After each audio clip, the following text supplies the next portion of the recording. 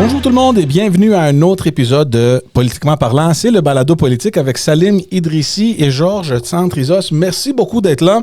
À ceux et celles qui se sont déjà abonnés sur notre chaîne YouTube, un grand merci à vous. Ça nous aide énormément. Pour tous ceux et celles qui aiment ça, écoutez aux versions audio. Allez nous trouver sur Spotify, Apple Podcast. On est sur Amazon aussi. Aimez, commentez, partagez, faites toutes ces belles choses-là. Salim, comment ça va? Écoute, ça va très bien. Georges, la semaine dernière, on a eu le plaisir de recevoir la mairesse de Longueuil, Catherine Fournier. C'était la deuxième fois qu'elle venait chez nous, puis je te disais, il va falloir qu'on réinvente le concept de carte chouchou, de tout le monde en parle. Et en fait, c'est comme si on avait déjà donné une carte chouchou à Samuel Poulin, parce qu'il est de nouveau avec nous aujourd'hui. Bonjour Samuel. Bonjour Salim, bonjour Georges. Merci de m'accueillir encore une fois, c'est très gentil. Dans un contexte différent, tout à Monsieur fait. Le ministre. Exact. Alors... J'étais député à l'époque, quand je le suis encore, parce que c'est la fonction la plus importante, mais oui, effectivement, depuis que j'étais ministre, on ne s'était pas revus. Ouais. Là, nous, on se demande de quoi on va parler parce que, je sais pas, il n'y a pas grand-chose qui se passe. C'est tranquille dans les derniers jours. Mon Dieu, c'est tranquille. L'épisode est déjà fini. C'est ça. Non, mais on avait une grande question à te poser. Oui. Pour commencer et briser la glace, fait que ton lancement de campagne à la chefferie de la Coalition Avenir Québec, c'est pour quelle date? Tu sais, je veux un scoop avant TVA, avant Radio-Canada, avant tout le monde. Là. Évidemment, en me lançant, j'ai choisi Brossard. Et non. Si je me lançais, je l'aurais fait chez nous en Beauce, parce que d'abord, l'implication, elle est locale et elle est ancrée. Mais non, je ne serai pas candidat à la course à la direction de notre formation politique. Faut dire quand même, M. Legault, au moment où on fait l'enregistrement, c'était mercredi dernier, donc le temps passe vite. C'est à peu près 5-6 jours qu'il a annoncé qu'il quittait. Et malgré tout, moi, je faisais la course avec lui à la prochaine élection. J'étais prêt, évidemment, à nouveau à l'appuyer parce que je pense encore que c'était la meilleure personne dans les chefs présentement pour faire face aux défis du Québec. Donc, on est encore un peu en train de se remettre de cette annonce-là. Sans compter également que ma collègue Geneviève Guilbeault a annoncé qu'elle quitterait la vie politique. Sonia Lebel a annoncé qu'elle quitterait la vie politique. Alors, on vit aussi un certain renouvellement comme formation politique, même si je crois beaucoup aux idées. On aura la chance d'en reparler. Mais c'est ça, on est encore en train de s'équilibrer. Mais non, j'ai évidemment dit que j'attendrais les règlements et tout, mais je n'ai pas eu l'intention à 34 ans de faire la course à la direction, malgré, et on aura la chance d'y venir, que je suis très déterminé à mettre des idées de l'avant et appuyer un candidat qui partage mes idées. Bon, c'est bon. Ah, écoute, on va revenir, évidemment, à la course à la direction de la Coalition Avenir Québec. Mais avant tout, ça a quand même été la semaine de M. Legault. Oui. Puis, Samuel, je sais que tu as été l'un des plus fidèles à M. Legault, à une époque où c'était même pas évident. Tout à fait. On se croisait à l'Assemblée nationale. À l'époque, nous étions deux attachés de presse issus de deux partis politiques différents. Et écoute, je sais que toi, tu as connu M. Legault comme staff politique, puis tu l'as connu par la suite comme candidat, évidemment comme député, puis maintenant comme ministre. M. Legault, il représente quoi à tes yeux? Il représente la détermination que le Québec n'a pas eue depuis longtemps. En fait, François Legault a remis en question les vaches sacrées. Moi, c'est pour ça que je me suis joint à lui en 2014, parce que j'avais été effectivement dans les jeunes libéraux plus jeunes, parce que je ne crois pas à l'indépendance du Québec. Là, d'abord, il y avait deux partis aussi à cette époque-là, hein, le Parti libéral, le Parti québécois. Et quand il est arrivé, en 2012, j'étais animateur à la radio, mais en 2014, où il a dit on va mettre de côté les chicanes dans les deux vieilles formations politiques. J'avais vu une campagne qu'il avait fait, où il avait mis beaucoup l'éducation de l'avant, puis on peut dire qu'il l'a livré. Puis je suis allé récemment, dans les derniers jours, Radio-Canada a mis des vieilles entrevues de François Legault, notamment lorsqu'il a lancé la Coalition Avenir Québec. Il parlait déjà de l'écart de richesse, il parlait déjà de l'éducation, et il a réussi. Quand on regarde ces vidéos-là de François Legault, à l'époque où il a lancé la coalition, on peut dire qu'il a réussi son mandat des 7-8 dernières années. Là où un premier ministre ne sait jamais où on l'attend, c'est l'homme des crises. Et moi, là, je l'ai vu se révéler, vraiment complètement. Évidemment, on oublie, mais les inondations records, hein, souvenez-vous, en Beauce, à Mirabel, ça a été quelque chose. On a déplacé des milliers de maisons au Québec. Là. Sainte-Marthe-sur-le-Lac. Sainte-Marthe-sur-le-Lac, exactement, dans le comté de Mirabel. Après ça, on a eu des feux de forêt de façon extrêmement importante au Québec. Arrive la crise sanitaire, la crise des migrants fédéraux, arrive Donald Trump. Ça a été pour moi un premier ministre des crises. Là. La crise des migrants fédéraux, c'est des fédéraux qui allaient au Québec. Je devrais dire la crise fédérale des migrants. OK, non. Parce que le chemin Roxham est géré par qui? Le fédéral. Oui, non, t'as raison. Non, mais tu as entièrement raison. Ma phrase était mal construite. Alors, mais ça démontre toutes les crises qu'il a eu à gérer. Et moi, c'est là où je l'ai vu vraiment se révéler. Parce qu'évidemment, quand tu es premier ministre du Québec, bon, santé, éducation occupent énormément de ton temps, l'économie, les places en service de garde. Alors, il y a des grandes missions. Il a réalisé beaucoup pour le Québec. Et moi, vraiment, c'est un homme que j'ai connu déterminé, impatient, mais dans le bon sens du terme, parce qu'il a voulu réellement faire une différence pour le Québec et il l'a fait. Et je pense que encore une fois, dans quelques temps, on va se souvenir de tout ce qu'il a fait pour les Québécois. Moi, je veux revenir un peu sur ce que tu disais, puis c'est intéressant la façon que tu l'amènes, parce que tu parlais d'un renouvellement. Uh-huh. Donc oui, comme tu as dit, il y avait François Legault, il y a quelques jours, Mme Guilbeault, là, ce matin, Sonia Lebel, peut-être qu'il y en aura d'autres, je ne sais pas. Puis par la force des choses de sa démission, il y avait M. Dubé aussi. Donc, M. Carman aussi. Non, je comprends que c'est pas lié à un renouvellement. Bon, il y a un contexte à ça, mais veux pas, ça force un renouvellement. C'est le timing. Hein, quand le premier ministre a annoncé qu'il ne se représente pas, ben là, il y a une vague de députés ou ministres qui s'annoncent. Peut-être qu'il y en aura d'autres, je ne sais pas. Et c'est intéressant que tu parles de renouvellement parce que ce qu'on a vu jusqu'à présent, c'est cette mentalité-là que, bon, il y a une élection qui s'approche, il y a un gouvernement qui a fait 2 mandats, des fois on l'a vu avec les libéraux, il en avait fait 3 par exemple. Puis là, on parle toujours de, ils veulent partir du navire qui est en train de couler ou whatever. Là, il y a toute cette connotation négative qui est associée aux députés ou ministres qui quittent juste avant une élection en prévision peut-être d'une défaite ou je sais pas trop quoi. Là, toi, tu le vois comme un renouvellement. Tu vois ça comme, bon, il y a un chapitre qui ferme et un autre qui ouvre. Puis c'est une opportunité d'aller chercher des nouveaux membres et continuer à cette portée-là qu'on a eue pendant 2 mandats. Oui, des nouveaux membres ou de mettre des membres de l'avant qui étaient déjà dans les équipes et de les mettre davantage de l'avant, alors leurs idées, leur contenu. Alors, oui, évidemment, et chacun a une histoire différente. Hein. Sonia Lebel, je veux dire, a quitté des années en justice comme procureur général. Ça prenait du courage, se lancer en politique. Geneviève Guilbeault, enceinte jusqu'aux oreilles, là, je l'ai connue en 2017, qui se présente dans un château fort libéral. Là. Rien ne nous indiquait que la CAQ allait prendre Louis Hébert à l'époque. Elle avait énormément de courage. M. Legault, faut-il le rappeler, aurait pu faire bien autre chose après Air Transat. Là. Il a décidé de faire de la politique pendant plus de 20 ans. Alors, on a eu des gens de qualité.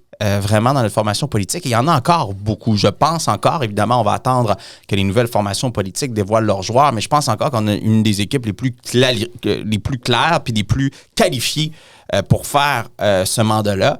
Moi, je suggérais au premier ministre que le slogan de la prochaine campagne électorale aurait dû être « L'équipe, point ». On a la meilleure équipe. On en a vraiment, et surtout une équipe de crise. Là. Si Geneviève Guilbeault a géré des crises, Christian en a géré dans le réseau de la santé avec la crise sanitaire. Alors, ça prend des gens qui savent naviguer à l'intérieur de tout ça, puis c'est pas ce que je ressens des autres formations politiques, puis on l'a vu récemment. Alors, oui, c'est une occasion de se renouveler, mais de aussi s'ancrer comme formation politique dans le paysage québécois. Moi, je crois à une droite moderne au Québec. Et c'est une droite qui reconnaît les changements climatiques, qui reconnaît l'égalité entre les femmes et les hommes, mais qui en même temps veut plus de libre marché, veut de la déréglementation, veut que le gouvernement s'enlève du chemin et des citoyens et des entreprises, qui croit également, oui, à la famille, évidemment, qui croit à l'éducation, qui croit à des services de santé, puis il y aura des discussions à avoir sur la meilleure façon de faire ces services de santé-là. Mais moi, j'y crois à cette droite moderne-là, puis je pense que de plus en plus de Québécois sont là. Et dans toutes les régions du Québec, là. J'ai bien des amis dans le 450, comme j'en ai dans le 819, puis dans le 418, puis ils me parlent de dire, c'est pas Éric Duhaime qui veut abolir les CPE, puis qui croit plus à l'aide aux entreprises, puis souvenez-vous qu'il voulait abolir la Journée nationale des femmes, parler de journée d'égalité. Moi, je trouve que ça ralentit le groupe, là, ce genre de gens-là qui vont trop dans les extrêmes. On peut être modéré et croire à une droite qui est moderne au Québec. Je pense qu'on est rendu à la définir. Ouais. Est-ce qu'il y a une peur de ton côté que, parce que j'ai vu le post que tu as fait là où tu décrivais un peu où la personne que tu espérais peut-être prendre la direction du parti, d'avoir certains critères, puis c'est bien que tu l'as fait. Je me rappelle pas d'autres fois où on a vu ça, mais est-ce qu'il y a une peur que peut-être il y a des personnes qui s'intéressent qui sont loin de ce profil-là, et puis c'est comme tu lèves le drapeau, hey, watch out guys, moi je veux 1, 2, 3, 4. Ben, on ne peut pas plaire à tout le monde. Ouais. Et c'est ça le danger, parfois, des élus, des politiciens, de dire, ben, on va essayer de plaire au plus grand nombre possible. C'est sûr que quand tu gouvernes, quand tu assumes tes fonctions, tu souhaites avoir l'impact positif sur le plus grand nombre de citoyens, que ce soit dans les milieux économiques ou dans le milieu social ou autre. Et encore, et tu fais très bien de me poser la question, Georges, parce qu'on peut être dans une droite moderne et financer tous les organismes communautaires du Québec. Là. Il faut s'entendre. On peut prôner de l'efficacité, remettre en question des doublons, revoir la prestation de service, revoir le nombre de formulaires. On peut revoir ça sans tout balancer le bébé avec l'eau du bain. Souvenez-vous quand on disait on va abolir les commissions scolaires, les élections scolaires, c'était donc bien terrible. Là. Philippe Couillard, M. Charest faisaient campagne là-dessus. À la fin de la journée, on les a abolis, on a mis 36 millions de dollars dans le réseau. Alors, je pense qu'on est capable de faire les choses ordonnées au Québec. Parce que foncièrement, les Québécois, ce sont des gens, je pense, majoritairement, qui ont le portefeuille à droite, mais le cœur à gauche. Alors, comment on fait pour concilier ça? Et aussi, il y aura 5 formations politiques là, sur les rangs dans quelques mois. C'est rarement vu dans l'histoire du Québec. Là. Notre démocratie va très bien au Québec. Et oui, évidemment, l'enjeu référendaire, pour moi, va être là. Ça, c'est sûr. Le Parti québécois veut enclencher un processus référendaire malgré la situation économique actuelle qui est extrêmement difficile pour nos entreprises avec les tarifs et l'incertitude. On a un Parti libéral qui, selon moi, est très, très centré sur Montréal, avec un programme où, bon, la laïcité, les valeurs québécoises, c'est pas clair, on veut le redéfinir et tout. J'ai entendu... j'allais dire le nouveau chef libéral, il n'est pas encore élu. Ben, je pense qu'on peut le dire là, quand même. Là. Je pense pas qu'il y aura c'est des surprises. C'est ça. Même si je n'ai jamais sous-estimé un Beauceron, alors soyez prudents en parlant de Mario Roy. Mais Québec solidaire et le Parti conservateur du Québec, je trouve, se marginalisent dans leurs idées qui sont très, très campées. Alors, il y a tout un espace d'une droite qui est moderne. Je ne dis même pas modérée, c'est moderne, parce que le Québec est moderne. Le Québec est un des peuples les plus ouverts, des plus égalitaires, mais on peut, je pense, quand même opter pour le tout. Alors, Samuel, je t'entends parler de l'opportunité que peut représenter ce renouvellement que va essayer d'incarner la coalition Avenir Québec avec le départ de personnes expérimentées, probablement l'arrivée d'autres. Mais une course à la direction d'un parti politique, ça vient aussi avec son lot de défis, mais surtout de risques. Oui. Le risque, selon toi, ce serait quoi dans le cadre d'une course à la chefferie du parti, de la coalition Avenir Québec? J'ai confiance en la maturité de notre caucus. J'ai confiance en la maturité des membres. Parce que, au-delà de tout ça, on est un parti nationaliste économique. T'sais. Alors, les noms des candidats qui circulent présentement, là, ce sont tous des gens d'une extrême qualité. Là. On est chanceux d'avoir tous ces gens-là qui réfléchissent, du moins au moment où on se parle, à se lancer dans la course à la direction d'une formation politique et à devenir premier ministre du Québec dans quelques semaines. Alors, ça va aller relativement vite. Et on ne voit pas ça au Parti libéral ou au Parti québécois. Je ne veux pas dire que ce ne sont pas des gens de qualité, mais aussi nombreux de gens de qualité qui y réfléchissent, on a une chance. Évidemment que j'ai confiance en la maturité de préparer le prochain rendez-vous électoral. Alors, aujourd'hui, on souligne évidemment le travail et l'héritage de M. Legault qui est colossal. On prépare la suite, mais on prépare aussi le prochain rendez-vous électoral. Nos adversaires, ce sont les libéraux et le Parti québécois, 2 vieux partis qui, selon moi, ne représentent pas, encore une fois, l'avenir du Québec. Donc, je pense qu'évidemment, on se doit de rester unis et on se doit d'avoir la maturité comme formation politique de préparer le prochain rendez-vous électoral et on le doit aux Québécois également. Oui. Alors, excuse-moi, tu veux y aller? Ouais. Alors, on va peut-être aller un petit peu plus loin dans la discussion. Tu parlais de droite moderne. Ouais. Alors, tu l'as défini d'une certaine manière. J'imagine qu'on peut encore élaborer. Mais tout à fait. Mais tu en as donné une image assez claire là, de la conception que tu t'en fais. Qui représente la droite moderne actuellement à la Coalition Avenir Québec? Bien, évidemment que les candidats sont tous en réflexion. Vous savez, on a des échanges avec ces candidats-là et on a des discussions et avec eux et avec les gens qui pensent peut-être les appuyer. Et je pense sincèrement qu'ils devront me convaincre par leurs idées. Alors, de droite moderne. De droite moderne, oui, exactement. Je reste évidemment à être encore convaincu parce que tout le monde est en réflexion. Alors, on a des échanges de façon confidentielle ou intime, je veux dire, de cette façon-là, sur notre vision du Québec et de comment on voit les prochains mois, les prochaines années. Alors, je n'ai pas encore pris ma décision, mais ce sont tous des gens d'une extrême qualité, extrêmement compétents. Et peu importe le choix, moi, je vais me rallier, évidemment, parce que je pense qu'on est toujours mieux de faire avancer nos idées à l'intérieur d'une formation politique là, et de les faire procréer à l'intérieur de cette formation politique-là. Il y en a qui décident d'être indépendants quand ça les satisfait pas. Moi, c'est pas mon genre. Alors, je me dis, on est capable de s'entendre puis de trouver des solutions. Et puis, un espace pour ça à la Coalition Avenir Québec. Alors, non, ma décision n'est pas prise, mais je suis à l'écoute et j'ai très hâte d'en savoir plus. Et Georges, veux-tu juste rapidement rappeler peut-être qui sont ces prétendants, parce que les gens nous écoutent. Les noms qui sont... À ce jour. Non, mais on enregistre, il est 3 heures de l'après-midi. Il est 3h30 lundi. Le lundi 19. Alors, on a jusqu'à présent, parmi ceux, c'est pas officiel, mais au moins on sait qu'il y a une réflexion, c'est Mme Fréchette. Oui. Qui d'autre? Simon Jolin Barrette. Simon Jolin Barrette. Et aujourd'hui, ce matin, là, on a vu que M. Drainville laisse la porte ouverte aussi. Pour le moment, c'est les 3 qui sont, disons, en réflexion. Exact. Mais le nom de Yann Lafrenière aussi a circulé, mais ça, c'est pas clair. Oh, puis c'est quoi son nom? Il était à la conférence de presse de Geneviève Guilbeault. Jean-François Simard, dans la région de Québec. Oui. C'est ça. Okay. C'est ça. Qui ont communiqué qu'ils ouvraient un espace de réflexion. C'est ça. Voilà. Non, mais c'est bien parce qu'il y a une sélection de personnes qui, ils ont l'expérience, ils viennent de l'interne. Il y a de fortes chances que le nouveau premier ministre ou la nouvelle première ministre va avoir déjà son siège, donc ce ne sera pas une situation genre à la Mark Carney. Mais moi, ça m'amène justement à la question, tu parlais tantôt de préparer le terrain. Il y a une élection référendaire qui arrive. Et on le sait tous, on a un parti qui maintenant est premier dans les sondages, qui promet un référendum.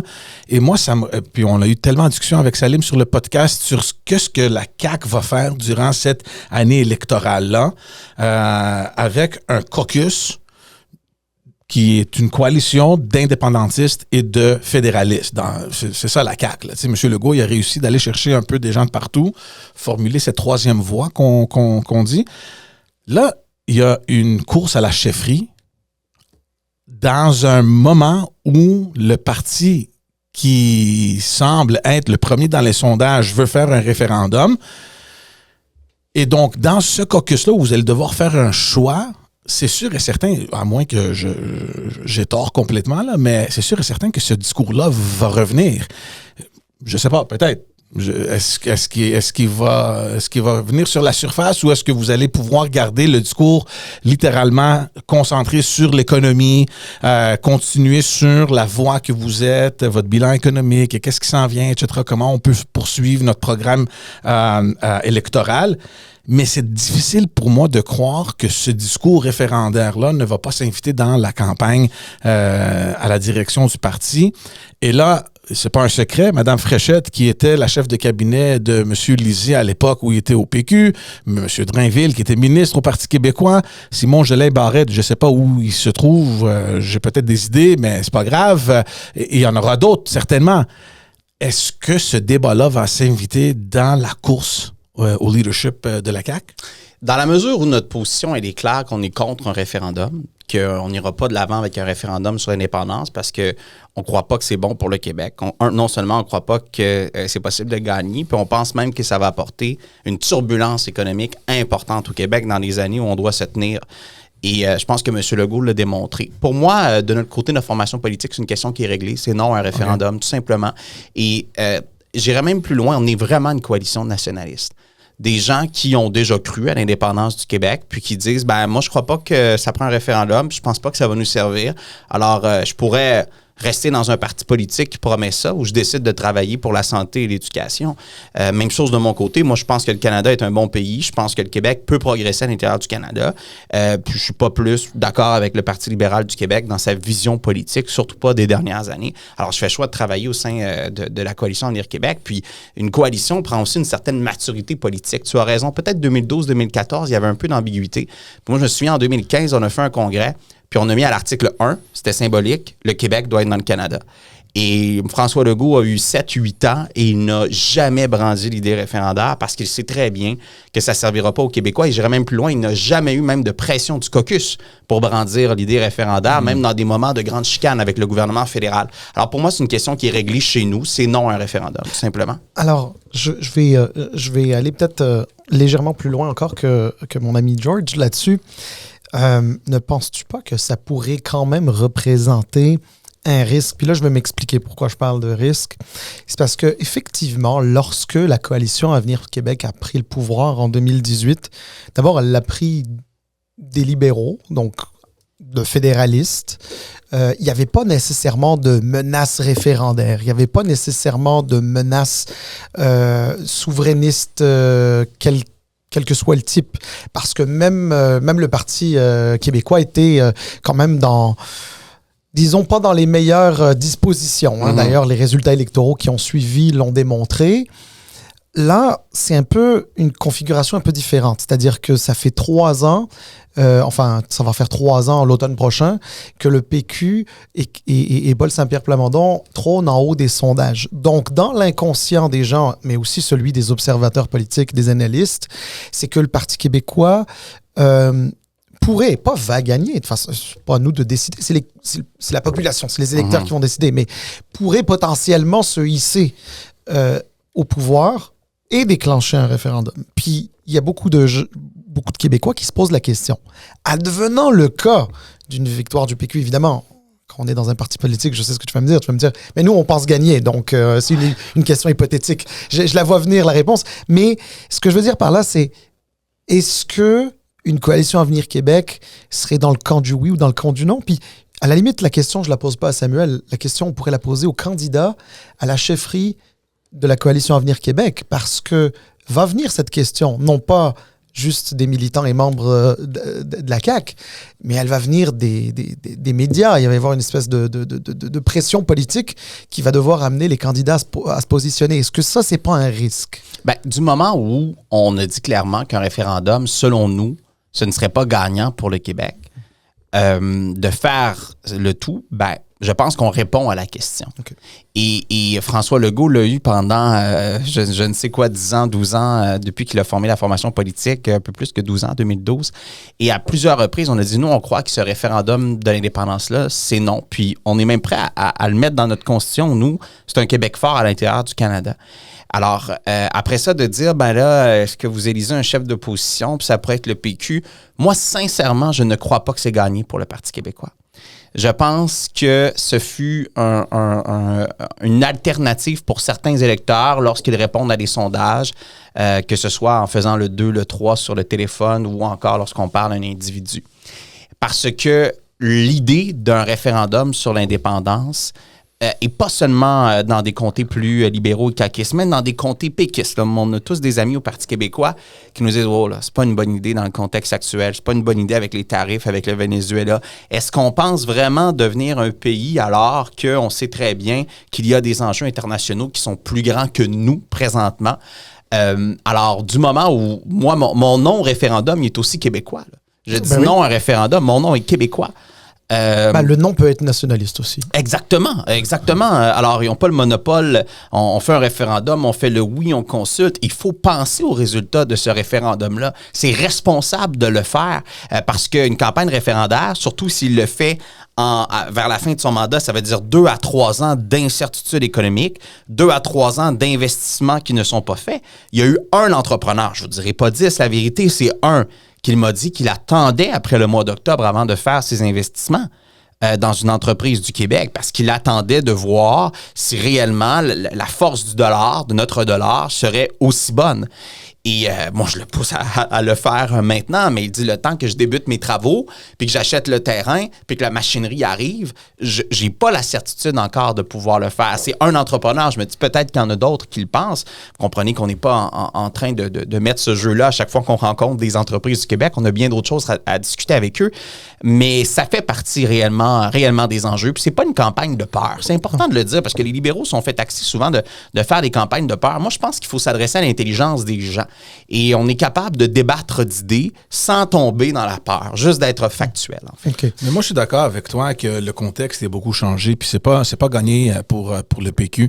Le fait que, il va y avoir un nouveau leader à la CAQ, il va y avoir un nouveau leader au Parti libéral du Québec, soudainement, il y a des options qui s'ouvrent pour les électeurs. C'est pas le même scénario qu'on vivait l'année passée où on était tanné soit de la CAQ ou des libéraux, puis la seule autre avenue possible, c'était le PQ. Et c'est pour ça que les chiffres étaient où ils sont actuellement. Ça va être intéressant de voir comment ça va évoluer et le positionnement de Paul Saint-Pierre Plamondon face à cette nouvelle réalité-là du renouvellement des deux partis qui, tout à coup, pourrait représenter une alternative. Mais la discussion qu'on a souvent avec Salim, c'est souvent on ignore l'autre parti que tu as mentionné quand tu parlais des adversaires de la CAQ. Tu as mentionné les libéraux, les péquistes. Les conservateurs aussi, c'est sûr que jusqu'à présent, ils n'ont pas pu démontrer qu'ils ont une base assez solide pour gagner même un comté. Mais maintenant, ça aussi, ça rentre dans le terrain de jeu. Là. Moi, je suis pas prêt à les exclure non plus. Et moi, ce que j'ai peur, ce qui me fait peur, et j'aimerais avoir ton opinion là-dessus aussi, c'est est-ce qu'on s'avance dans un scénario où le vote est tellement polarisé? Tu as mentionné les libéraux qui sont réservés sur l'île de Montréal. Bon, on le sait toujours, là, il y a une base solide là-dedans qui est difficile à briser. Mais est-ce que ça pourrait pas être une possibilité, peut-être cette année ou dans le futur proche, où la région de Québec, par exemple, sera réservée au Parti conservateur, le PQ dans les régions, puis la CAQ, des poches ici et là un peu selon les appuis. Moi, j'ai peur de ça. J'ai peur que les gens se campent un peu selon les régions et les appuis régionaux. Et qu'on avance peut-être dans des gouvernements constamment minoritaires ou, je sais pas, moi dans certains pays, il y a 11 formations politiques ça dans leur parlement. C'est ça, ça donne des gouvernements de coalition qui ont de la misère à avancer leurs affaires. Ça dure 1 an et demi, alors il y a ça. Même si on croit à la démocratie et à la diversification des idées, c'est sûr que je pense sincèrement que il y a une grande partie des Québécois qui est à la recherche d'une formation politique actuellement, qui sont indécis, mais des vrais indécis. Souvent, on dit que c'est un indécis, un grand, un demi, à moitié indécis. Non. Je pense qu'il y a vraiment des Québécois qui sont des indécis. Et évidemment qu'avec les nouvelles des dernières semaines, des derniers jours en fait, les plaques tectoniques viennent de changer là, en politique québécoise, là, où il y a une ouverture à écouter tout le monde. Exact. Pas juste nous, notre formation politique, mais tout le monde. Et de voir qu'est-ce que les leaders ont dans le ventre, littéralement. Les équipes, je vous parlais de l'équipe tout à l'heure qui pour moi demeure important, mais qu'est-ce que les leaders ont dans le ventre? Et parce qu'il ne faut pas oublier, Georges, quand tu parles des autres formations politiques, ils ont aussi des leaders, ces gens-là. Hein? Et moi, je crois aussi à des leaders d'émotion. C'est important parce que quand on veut communiquer des idées, on a beau avoir les meilleures idées du monde. Si on ne le fait pas avec notre cœur, puis on ne fait pas ce qu'on a dans le ventre, c'est difficile de connecter avec la population. Puis on est à une ère de communication qui va vite, qui est importante. Alors, et dans le choix que nous aurons à faire dans les prochaines semaines, mais aussi dans la prochaine campagne électorale, il faudra aussi avoir de l'émotion. On ne peut pas seulement avoir des leaders qui lisent un texte sur scène puis penser qu'ils vont être capables de débattre avec la fonction publique, avec la société civile pour la faire avancer et la faire progresser. Alors moi, je suis à la recherche de ça et je pense que beaucoup de Québécois sont indécis. Alors, je ne suis pas prêt encore à dire à une division électorale si grande, compte tenu que je pense qu'il y a un lot d'indécis important. On peut répondre, oui, à un sondage qu'on appuie, par exemple, le Parti québécois, mais est encore indécis pour notre choix électoral d'octobre.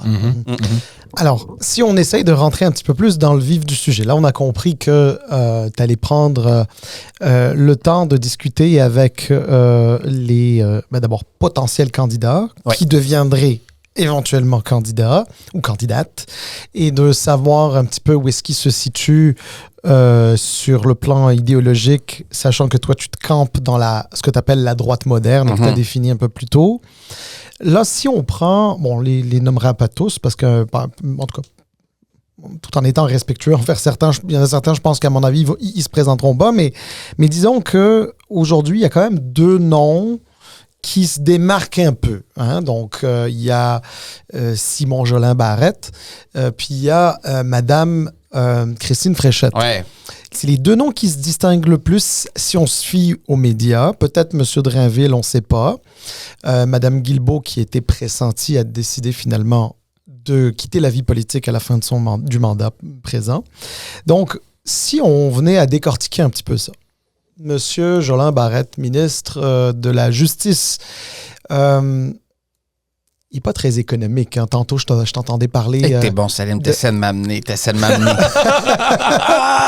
Je te vois arriver là, comme un camion rouge sur l'autoroute. Dans la tempête de neige, on te voit. Ouais, c'est ça. On te voit. Je dois pas être si subtil que ça. Ben, ce sont tous des candidats de qualité. Hein. Non, mais je suis pas dans le qualité. Je suis pas en train de dire qui est de qualité, qui est de pas de qualité. Moi, je pars du principe que qui ont de la qualité, qui ont les qualifications. Là, non, j'essaie un petit peu de décortiquer. Tu as beaucoup parlé d'économie. Tu as un portefeuille économique. Oui, tout à fait. Puis sans présupposer non plus des compétences en matière économique de M. Jolin Barrette. C'est juste que dans les 7 années et demie qui viennent de s'écouler, sauf erreur de ma part, mais je pense pas, il n'a pas occupé de portefeuille économique versus Mme Fréchette qui occupe celui de l'économie en ce moment, depuis déjà environ 1 an et demi, 2 ans, et qui provient un petit peu de ce monde-là aussi, même avant d'avoir fait de la politique. Et même lorsqu'elle avait le portefeuille de l'immigration, elle l'avait géré sous un angle un peu plus économique et non pas identitaire, appelons ça comme ça. Donc là, la droite moderne, là, elle est à quel niveau? Ben, c'est des observations intéressantes que tu fais parce que souvent, on a une tendance à juger de qui pourra être chef d'une formation politique ou premier ministre avec une grille de ministres. Hein? Alors, quand on a eu que des portefeuilles, par exemple, à vocation sociale, on dit, ben, il est social. Ou si on a eu des portefeuilles qu'à vocation économique, on dit, il est économique. Et moi, ce que je dis à mes collègues, parce qu'on se parle évidemment dans le cadre de cette réflexion-là, c'est prenez la grille de premier ministre. Prenez-la parce qu'il y a des gens qui se révèlent la journée qu'ils ont des habits de premier ministre. Et ça pour tout le monde, hein? Que vous soyez député, quand vous devenez ministre, vous vous révélez, ou si vous êtes ministre, vous devenez premier ministre, vous vous révélez. Alors, il faut prendre la grille de premier ministre. Alors, je comprends effectivement ton analyse passée, mais je me permets une ouverture à les voir de façon différente, chacun des candidats, sous vraiment la grille de premier ministre du Québec. Oui, selon moi, qui doit ancrer la droite moderne, puis important. M. Legault, là, on a eu une automne extraordinaire là, sur la laïcité, sur la transparence syndicale, qui est extrêmement importante. On est allé là où jamais un gouvernement a voulu aller dans le passé, sur l'allègement réglementaire, où j'ai déposé un projet de loi pour alléger la vie de nos PME. Alors, on en a fait beaucoup, selon moi, et on s'est ancré dans une droite moderne cet automne. Et je veux qu'elle soit bien définie, bien enracinée et bien claire également pour le prochain rendez-vous électoral pour bien nous distinguer des offres politiques qui sont sur la table, notamment le Parti québécois et le Parti libéral. Alors, je suis d'accord qu'il y a des passés chez les candidats, mais il faut aussi parler du futur et prendre une grille d'analyse de premier ministre. Mais alors, c'est une bonne réponse, monsieur le ministre. Mais là, en fait, j'ai écouté ton collègue, qu'on a eu le plaisir d'ailleurs de recevoir ici, Mathieu Lacombe, qui lui a déjà annoncé ses couleurs. Il sera de l'équipe de Madame Fréchette. Et alors, c'est un petit peu... en fait, c'était un petit peu... je ne vais pas dire drôle, parce que comment dire, un peu amusant de voir ça parce qu'il disait, justement, je pense que c'était à Mario Dumont ce matin, il disait, ben, moi, je fais partie de cette frange super, méga, ultra nationaliste, mais en même temps, on est une coalition, donc si je peux être ce nationaliste dans l'équipe de celle qui, à ses yeux, représente le plus l'économie, c'est comme s'il était comme une plus-value à son équipe. Alors, je veux m'essayer. Est-ce que monsieur le ministre délégué à l'économie pourrait être une forme de caution économique pour un profil un peu plus nationaliste, au sens peut-être aussi social ou identitaire du terme, qui est monsieur Jolin Barrette? En tout cas, il y a une chose qui est sûre, c'est que ta détermination est remarquable. Vraiment. Elle est remarquable. Et j'apprécie ça, de ne pas lâcher le morceau. Ben, j'espère que tu apprécies l'argumentation aussi. Oui, absolument. Bon. Absolument. Et tu fais des analyses qui sont très, très intéressantes. Évidemment que chacun, parfois, peut voir quelle plus-value il peut apporter ou autre à une équipe ou à un candidat. Et ça, c'est propre à toutes les formations politiques. Puisque moi, très, très tôt, j'ai dit que c'était la droite moderne qui m'habitait et les idées, je reste campé là-dessus. C'est vraiment cet élément-là. Est-ce que je peux apporter d'autres cautions ou d'autres éléments à d'autres équipes? Je vais laisser les gens juger. Mais très tôt, j'ai voulu camper, Georges le disait, il n'y en a pas beaucoup qui l'ont fait, pour dire, moi, c'est ces idées-là, c'est cet ancrage-là de la droite moderne qui va guider mon choix comme candidat. Alors, je reste sur les idées, c'est vraiment ce niveau-là. Je crois, oui, à la droite moderne, je vous parlais d'émotion également, je suis un candidat, pour moi, c'est important de bien communiquer, entrer en contact avec les Québécois, savoir ce qu'on a dans le ventre réellement. Pour moi aussi, ça vient me chercher. Alors, mais non, effectivement, mon choix n'est pas encore fait pour une candidature. Est-ce qu'on se réessaye encore? je vais laisser Georges poser une ou deux questions, je reviendrai après. Non, moi, je veux t'amener un peu sur le terrain plus organisation. Déjà, c'est difficile de rentrer en année électorale avec un chef de parti qui a son bilan et qu'il sait exactement, il y a un plan, il y a une stratégie, on a notre bilan, let's go, on ajoute les deux, puis on va de l'avant. Là, ça va être quelqu'un de nouveau. J'espère pour le parti que ça sera quelqu'un de l'interne parce que c'est plus justifiable d'avoir quelqu'un de représenter ce bilan-là et d'aller faire l'élection. Mais là, on n'a pas les règlements. J'imagine qu'ils vont venir bientôt. Donc, assumons que fin mars, début avril, il y a un nouveau chef. Ça vous laisse 4-5 mois de préparation. C'est quand même un défi important là, de rentrer dans une élection avec une nouvelle chef, un nouveau branding, une nouvelle image et d'aller cogner aux portes, voir si l'appui est toujours là. Sans M. Legault, parce que ça aussi, c'est important. Tout à fait. Donc, vous avez devant vous quand même une assez grande côte là, à monter. Oui, la bonne nouvelle, c'est que l'énergie est là. Vraiment, je sens une équipe super, super engagée et déterminée en vue du prochain rendez-vous électoral. Et tu as raison, il faut le planifier. Hein. Le lendemain de l'élection du chef et de surcroît du premier ministre du Québec, il y aura des gestes à poser également, une élection à préparer, un mandat à aller chercher. Alors oui, c'est un travail qui est important, qui est colossal. Du moment où tes idées sont bien ancrées, du moment où tu sais où tu veux amener le Québec, on les connaît, là, nos enjeux sur la transparence syndicale, sur l'économie avec Donald Trump, sur le coût de la vie auprès des Québécois. Il y a certains thèmes qui ont toujours été chers au premier ministre Legault et à la CAQ. Le coût de la vie, c'est vrai qu'on aura mis de l'argent dans le portefeuille. Là. C'est implacable. Aucun économiste va dire le contraire. Alors, du moment où on est bien ancré dans nos idées, je pense que ça se prépare plus facilement. On a aussi une excellente organisation. Et ça, c'est important. Non seulement pour aller à la rencontre des Québécois, les écouter, les entendre dans toutes les régions du Québec, vraiment. On a fait élire, M. Legault a fait élire 90 députés, c'est pas banal. Moi, j'ai survécu à la pandémie en Beauce, alors on a travaillé pas à peu près. Alors, vous dire que je considère qu'on sera capable de faire ce travail-là, certainement. Oui.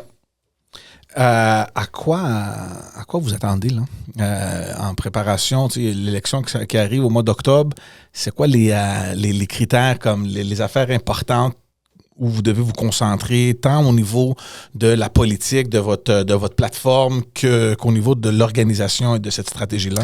Ben, les idées, hein, ça c'est sûr, parce que si on est clair sur ce qu'on veut faire et qu'on souhaite faire, ça va beaucoup plus être facile pour les Québécois de se retrouver. Là. Ouais. Parce qu'à 5 formations politiques, au dernier débat des chefs, il y avait aussi 5 candidats. Hein? Et dans certains comtés, c'est plus des luttes à 2 ou à 3 à la limite. Là, c'est rare qu'on a des luttes à 5 dans les circonscriptions au Québec, mais il faut quand même y penser, il faut quand même y voir. Également, avec ce qui s'est passé dans les dernières semaines, puisqu'il y a un nombre important d'indécis, moi, je m'attends à ce qu'il augmente au fil de la course, le temps et aussi longtemps que notre candidat ou notre candidate n'est pas choisi. Le rythme d'indécis risque de s'accentuer. Alors, avant que les gens prennent vraiment une décision, ça risque d'être intéressant. Et il y a des enjeux aussi extérieurs dans chaque campagne électorale. Hein. Donald Trump, vous savez, s'il décide de rajouter des tarifs de 5% réciproques, on a l'entente de libre-échange qui n'est toujours pas renégociée. Il y a une forte pression là, sur Mark Carney actuellement et son équipe fédérale pour essayer d'aligner les choses. Parce que ce que les entreprises souhaitent, c'est une entente de libre-échange qui va sécuriser les relations avec les États-Unis sur différents volets. Puis je note notamment la gestion de l'offre qui demeure un enjeu important, en plus de l'acier et l'aluminium. Alors, je considère qu'il y a beaucoup de paramètres extérieurs maintenant en politique québécoise ou canadienne qui fait que oui, il faut se réajuster. Tout à l'heure, quand je disais qu'on a eu un premier ministre des crises dans les dernières années, c'est vrai, là. Salim, Georges, ça fait longtemps que vous faites de la politique, là. J'ai rarement vu un premier ministre du Québec gérer autant de crises en si peu de temps, là, sans rien enlever à la crise d'Oka, sans rien enlever au viaduc de la Concorde, sans rien enlever à des moments très, très durs de notre vie québécoise et collective. En gérer autant, c'est quelque chose. Alors, moi aussi, je suis préoccupé par un premier ministre qui pourra gérer les crises. Je ne le vois pas chez les autres partis. En toute honnêteté, je ne les vois pas. Je pense que ça prend un minimum d'expérience pour faire ce genre d'éléments-là. Mais c'est difficile d'avoir ces attentes-là auprès des autres chefs parce que les citoyens n'ont pas encore vécu une situation où ces chefs-là ont dû affronter une crise. Donc, il y a toujours un avantage au premier ministre dans une élection parce qu'il y a quand même un bilan et dans votre mais cas... est-ce qu'il l'incarne? La question, c'est souvent ça. Oui, mais c'est théorique quand même parce que tu sais pas. Le vrai défi, Salim, c'est ce que Samuel dit sur les défis plus du côté international, États-Unis, économie mondiale et comment Paul Saint-Pierre Plamondon va faire pour... vendre un référendum aux Québécois à coup de tarif. Mais c'est ça le défi. À coup de tarif. Exact. Ouais. Et par moment, si je peux rebondir, c'est vrai que lorsqu'on n'a pas vu quelqu'un dans une crise, il est difficile de pouvoir juger. Des fois, la personne pourrait, par exemple, être excellente. Mais on peut regarder son parcours personnel, les expériences que cette personne-là a eues. Le premier ministre Legault avait quand même été ministre de la Santé et de l'Éducation. Il a géré une entreprise internationale. Alors, il incarnait pour moi un certain bagage, un certain véhicule, puis une certaine expérience de vie. Et un autre volet, pour moi aussi, qui est fondamental, c'est l'intégrité. C'est l'intégrité, on l'oublie, là, mais on l'oublie pas vraiment, mais il y a eu 2 mois d'enjeu sur l'intégrité d'une formation politique. Là. On parle de novembre et décembre dernier. Oui, OK, le Pablo est plus là, mais il y a des enquêtes qui sont toujours en cours. Alors, l'intégrité d'une formation politique, pour moi, c'est aussi extrêmement fondamental. Là. Quand notre directrice de parti nous dit qu'il va y avoir des règles très, très serrées, je vous annonce qu'il va y avoir des règles très, très, très serrées là, pour tout le monde qui va faire cette course-là. Et ça, pour moi, c'est important parce que les Québécois, avec ce qui s'est passé avec les allégations entourant le Parti libéral du Québec dans les dernières semaines, ont replongé dans des souvenirs ou un aura. Et je sais que ça fait beaucoup de peine à beaucoup de libéraux, très intègres, très droits, qui sont là depuis des années. Ça ramène un doute et un lieu de suspicion. Et ça, pour nous, c'est fondamental également. Alors, l'intégrité des candidats sera aussi très importante. Et alors, c'est intéressant parce que là, tu ouvres la porte à une question qui est quand même assez fondamentale en lien avec justement les courses à la chefferie puis comment elles ont pu se passer, notamment au Parti libéral du Québec, la course de Pablo Rodriguez qui a été entachée par ce qu'on a entendu. Là. On ne sait pas exactement quoi encore, là, mais on finira par savoir, oui ou non. Là. Mais est-ce qu'il y a un parti politique au Québec, comprenant la CAQ, là, qui pourrait être à l'abri d'un hurluberlu ou une hurluberlu quelque part qui décide de faire quelque chose au nom d'un des candidats à la chefferie de la CAQ? Et c'est pour ça que les règles sont importantes à être suivies. Mais je comprends, mais c'est-à-dire, voilà, elles sont importantes à être suivies. Mais c'est-à-dire, l'institution qui est le parti politique, là, on parle de la CAQ, mais c'est difficile de contrôler. Tu peux pas contrôler. Hein, je veux dire, il y a des choses. Je veux pas tirer des conclusions sur ce qui a pu se passer dans la campagne de Pablo parce que je les ai pas les conclusions, ok.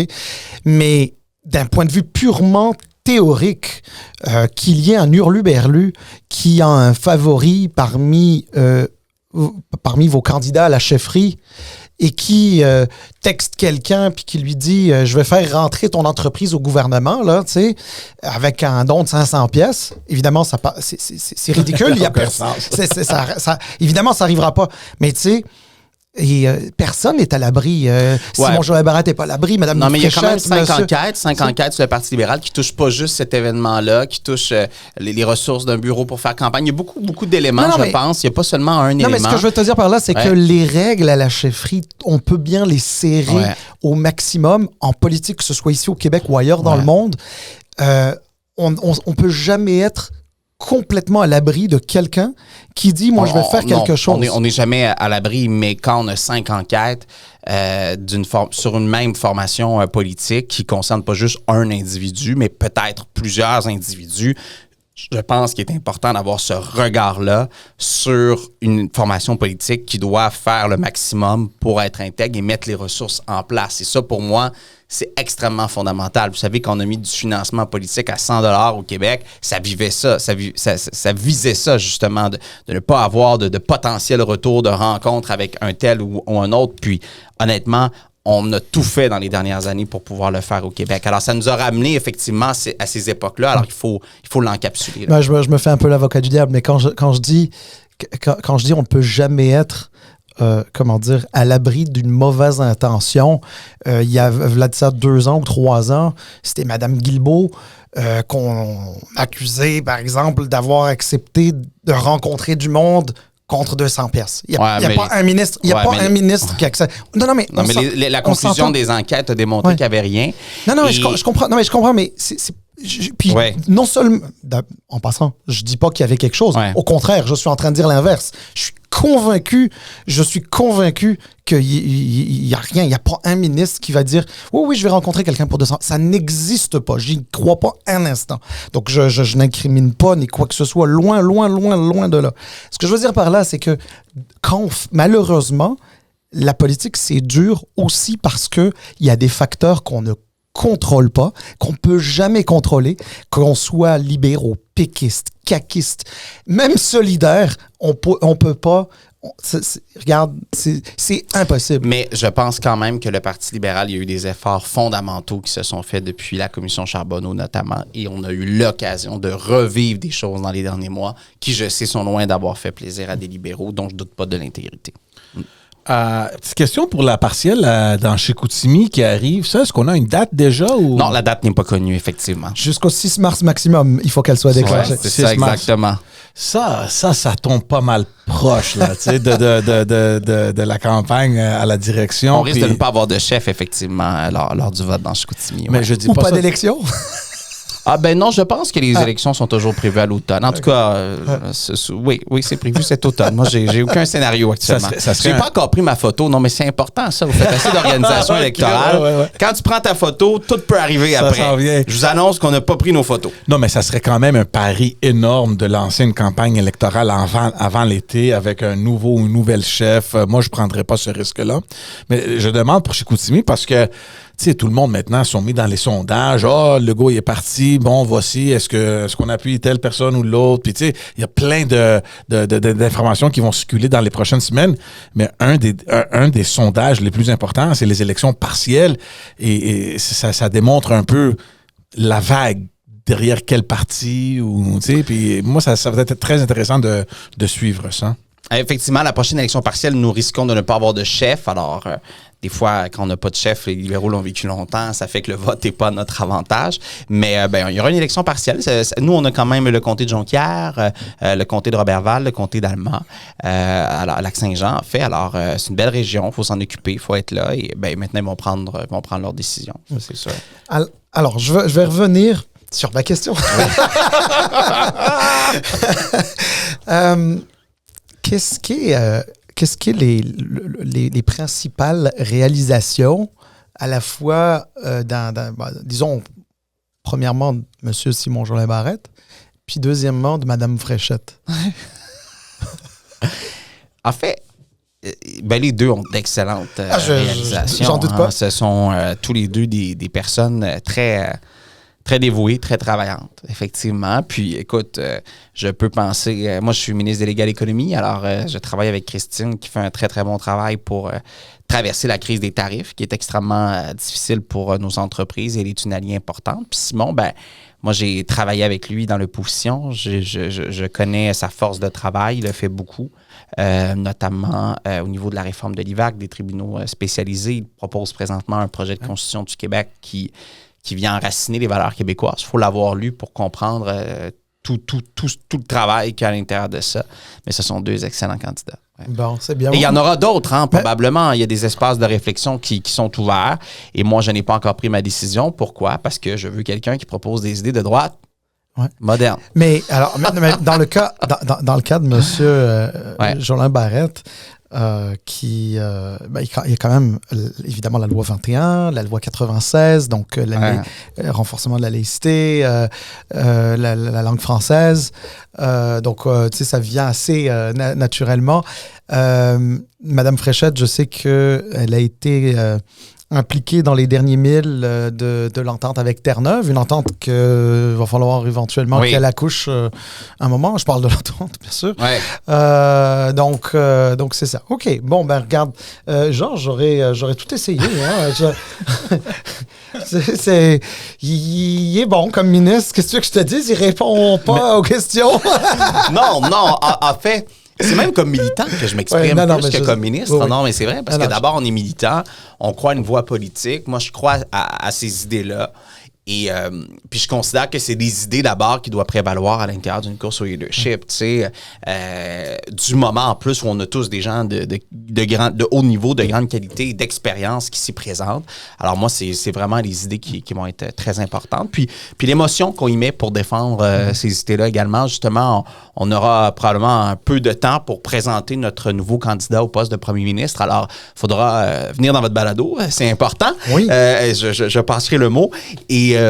Et parler aux Québécois. Vraiment leur parler, discuter, puis bien sûr les écouter. Là. Mais je pense que le plus important, c'est de savoir où les Québécois logent, même si on ne peut pas plaire à tout le monde, puis répondre à leurs souhaits. Moi, avant qu'on quitte, j'aimerais quand même qu'on parle un peu du projet de loi 11. Oui, absolument, sur l'allègement des PME. Oui, je l'ai écrit de A à Z, hein? Vraiment, vraiment. Tu fais bien de faire ça parce que son attaché de presse m'aurait tué. Non, mais j'aimerais qu'on parle de ça parce que, bon, on a tous les deux, Salim, des petites entreprises. On n'est pas les seuls, évidemment. Samuel, tu représentes un comté qui est quand même reconnu pour son entrepreneuriat. En quoi ce projet de loi-là va aider? Bien, évidemment, on le sait tous, là, les problèmes, le fardeau administratif, le red tape qu'on appelle, qui semble être infini au gouvernement du Québec. Parle-nous un peu de ça. Oui, je me suis donné des pouvoirs pour être le réel ministre du red tape. Pour moi, c'est important. En Ontario, il y a un ministre, d'ailleurs, qui ne fait que ça en le red tape. Et lui, il avait 1 pour 1. Donc, tu ajoutes un règlement, tu en enlèves un. Moi, je dis, on va aller plus loin, on va faire un 2 pour 1.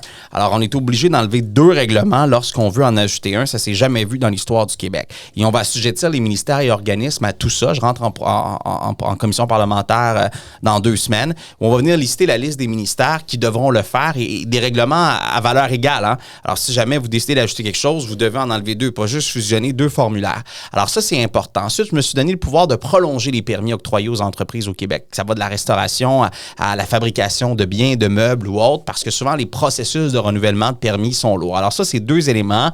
On vient toucher à beaucoup d'améliorations sur l'industrie de l'alcool. D'ailleurs, je vous annonce que j'ai l'intention de dépoussiérer la fabrication des alcools au Québec.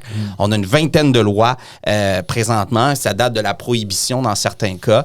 Et c'est pas normal que ça prend un permis pour faire du cidre, un autre de la bière, du grain à la bouteille. Moi, je suis tombé là-dedans, les distillateurs. Je trouve ça incroyable. Donc, ça prend un groupe de travail pour tout dépoussiérer ça. J'ai fait des allègements à l'intérieur de ma loi sur le transport par un tiers et tout, mais c'est une industrie de l'alcool au Québec qui s'est tellement développée vite. et dans la distillerie et dans le vin. On a planté beaucoup de vignes et là, on les récolte. On est capable d'attaquer le reste du marché canadien de façon solide, puis concurrencer au Okanagan Valley, puis concurrencer ce qui se passe BC, Ontario. Alors, il faut être prêt. Faut y travailler et avancer en ce sens-là. Puis il y a toute la SAQ aussi qui doit davantage mettre de l'avant les produits québécois, même s'ils nous disent qu'ils font suffisamment d'efforts. Je les invite à en faire un peu plus. Ça, au niveau de la SAC, est-ce qu'on peut parler de réglementation ou ça, on touche pas à ça dans une année électorale en plus? La SAQ ou la SAAC? La SAQ. La SAQ, ça dépend quelle réglementation. C'est sûr que moi, je les amène beaucoup à se moderniser dans leur approche avec les vignerons et avec les distillateurs québécois. Souvenez-vous, pendant la pandémie, on a quadruplé, cintuplé le nombre de gins. C'est incroyable. Là, ça s'est un peu raffermi parce qu'on en avait beaucoup. Mais il y a la place des produits québécois qui demeure extrêmement importante. Moi, je leur ai proposé un concept d'aller très, très clair pour le Québec. Alors, on travaille en ce sens-là. Et donc, c'est ça. Donc, mon projet de loi, j'entre en commission parlementaire après les fêtes. Ça va faire une différence pour les PME au Québec. J'ai eu deux mois, en fait, pour l'écrire, mémoire complémentaire. Je ne pas dans... Puis, je vais avoir d'autres affaires aussi qui s'en viennent à l'intérieur de ça. Et j'ai un gros chantier que je vais lancer aussi sur le reprenariat au Québec. Les cédants, là, tout le monde est à vendre. C'est ce que je souhaite parce que les gens ont trop peur de dire qu'ils vont vendre leur entreprise, alors qu'on a besoin de le savoir, on a besoin de le connaître. Mais si on part de l'idée que tout le monde est à vendre, le monde va mieux se parler. Là. On a de la difficulté à convaincre des jeunes d'acheter une entreprise. En même temps, on a bien de l'argent dans des fonds d'investissement qui ne descend pas auprès des entreprises à vendre. Alors, c'est un autre gros chantier après les fêtes. Et ça, c'est super intéressant parce que, bon, bien sûr, il y a ceux qui veulent vendre, qui ont peur de dire qu'ils veulent vendre. C'est qui est tout à fait normal. Tu sais, je veux dire, quand ils pensent vraiment, je comprends la crainte. Mais il y a aussi les acheteurs qui ont l'impression aussi que c'est pas facilement achetable parce que, bon, une business qui roule, c'est aussi une business qui a un prix d'entrée. Quand tu es un entrepreneur, que tu débutes, comme on dit en bon latin, from scratch, ça te coûte moins cher que de dire je vais acheter une business qui roule parce que une business qui roule, ben, c'est quasiment une hypothèque. Là, l'expertise est là. L'expertise est en place. J'ai un exemple de Fidelis, qui est une pâtisserie qui ont 3 lieux en Outaouais. La madame et le monsieur à qui j'ai parlé voulaient vendre et ils ont été obligés d'aller dans les journaux pour avoir des offres. Alors, comment on peut mieux travailler? Finalement, ils ont eu des offres, ils ont été capables de vendre. Sinon, c'était la fermeture.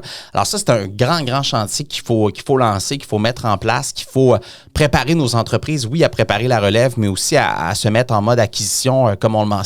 Alors, tout le monde est à vendre. Ça, c'est quelque chose que je veux travailler. Et toute la révision des programmes d'aide aux PME, on est dans les tarifs, évidemment, de l'administration américaine, nouveaux contre-tarifs fédéraux aussi sur l'Italie notamment, qui affecte des entreprises québécoises. Alors, on est là-dedans à temps plein.